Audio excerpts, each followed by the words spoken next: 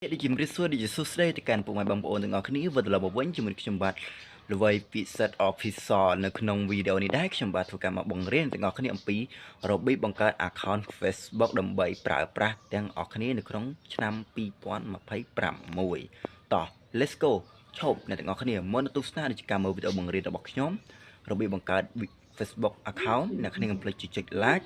subscribe ឲ្យ channel របស់ខ្ញុំម្នាក់មួយផងដើម្បីឲ្យខ្ញុំមានកម្លាំងចិត្តធ្វើវីដេអូបង្រៀនអ្នកគ្នាអំពីរបៀបផ្សេងទៀតផងដែរបាទតោះ let's go ទាំងអស់គ្នាកុំភ្លេច like នេះផងអូខេអ្នកទាំងអស់គ្នាសម្រាប់អ្នកមកថ្មីអត់ទាន់ចេះបង្កើត Facebook account អ្នកគ្នាចុចបង្កើតអគ្គនាមថ្មីមកនេះខាងក្រោមនេះបន្ទាប់មកវាលុនអញ្ចឹងអ្នកគ្នាចុចបង្កើតអគ្គនាមថ្មីមកអូខេចាំបន្តិចវា slow ហ្នឹងហើយ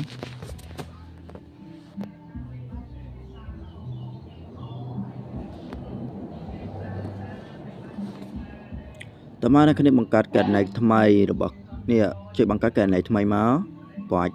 តើមកអ្នកគ្នាដាក់នាមឈ្មោះនាមតកោអ្នកគ្នាមកអ្នកគ្នាឈ្មោះអីអ្នកគ្នាដាក់មកឧទាហរណ៍ខ្ញុំដាក់Pro KA ចាំមកហ្នឹងហើយតើមកយើងចុចបន្ទាប់ហ្នឹងហើយអ្នកទាំងអស់គ្នាអូខេបន្ទាប់ពីយើងដាក់ឈ្មោះដាក់នាមតកោហើយតើមកយើងដាក់ថ្ងៃខែចាំមកឧទាហរណ៍អ្នកទាំងអស់គ្នាកើតឧទាហរណ៍ថ្ងៃទី12ចឹងទៅអ្នកគ្នាកើតខែធ្នូហើយ2000ថាថ្មីក្រុម18ឆ្នាំមកហ្នឹងហើយអ្នកគ្នាដាក់2003 2000អីចឹងទៅហ្នឹងតោះចុចចាប់ដើមនេះ22ឆ្នាំចឹងទៅអូខេអាហ្នឹងយើងរើសហើយជិះ start តែម្ដង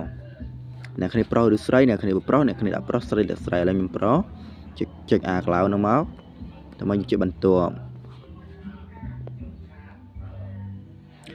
មកឧទាហរណ៍ថាអ្នកគ្នាលេខទូរស័ព្ទអ្នកគ្នាមកអូខេឥឡូវយើងធ្វើការបន្តទៅមកលេខទូរស័ព្ទមកញ៉ោឥឡូវចុចបន្តមកយើងបើអ្នកគ្នាអត់មានលេខទូរស័ព្ទអ្នកគ្នាពេញលេខទូរស័ព្ទអ្នកគ្នាប្រើប្រាស់មក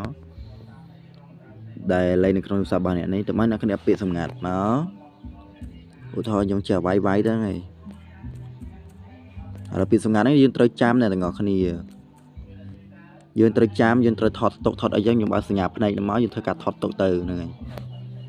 តែសម្រាប់ខ្ញុំចេះដាក់ទៅហ្នឹងហើយអ្នកគ្នាដាក់ password មិនដាក់ទៅអ្នកគ្នាចាំហើយស្រួលយើងបាត់ទូយើងដូរទូរស័ព្ទដូរអីហ្នឹងអាចដូរ account បានព្រោះអីអ្នកគ្នាមានលេខទូរស័ព្ទចឹងណាឥឡូវជាបន្ទាប់ហ្នឹងហើយអូខេចាំបន្តិចតើមកយើងចុចយល់ព្រមអូខេយើងចុចបន្តរហូតមកអ្នកគ្នាហ្នឹងហើយអ្នកគ្នាអូខេចាំបន្តិចអ្នកទាំងអស់គ្នាឥឡូវយើងធ្វើការបង្កើតសិនវា slow មែនតើអ្នកគ្នាអើយឥឡូវយើងធ្វើការបង្កើតកណន័យបានហើយអ្នកទាំងអស់គ្នាអូខេឥឡូវវា slow ចាំបន្តិចអូខេចាំបន្តិចវាធ្វើការចុះកណន័យហើយហ្នឹងហើយអ្នកទាំងអស់គ្នា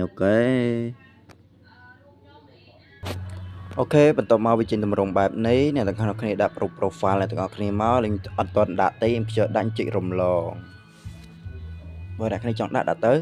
មកអ្នកគ្នាថាអស់ទេអរគុណតើមកអ្នកគ្នាចុចថយក្រោយមកអ្នកគ្នាចុចបន្តតាមគេទៅដើម្បីចូល account គេ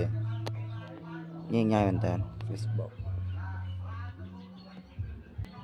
អូខេនេះកណន័យយើងកាត់បានហើយហ្នឹងហើយគ្នា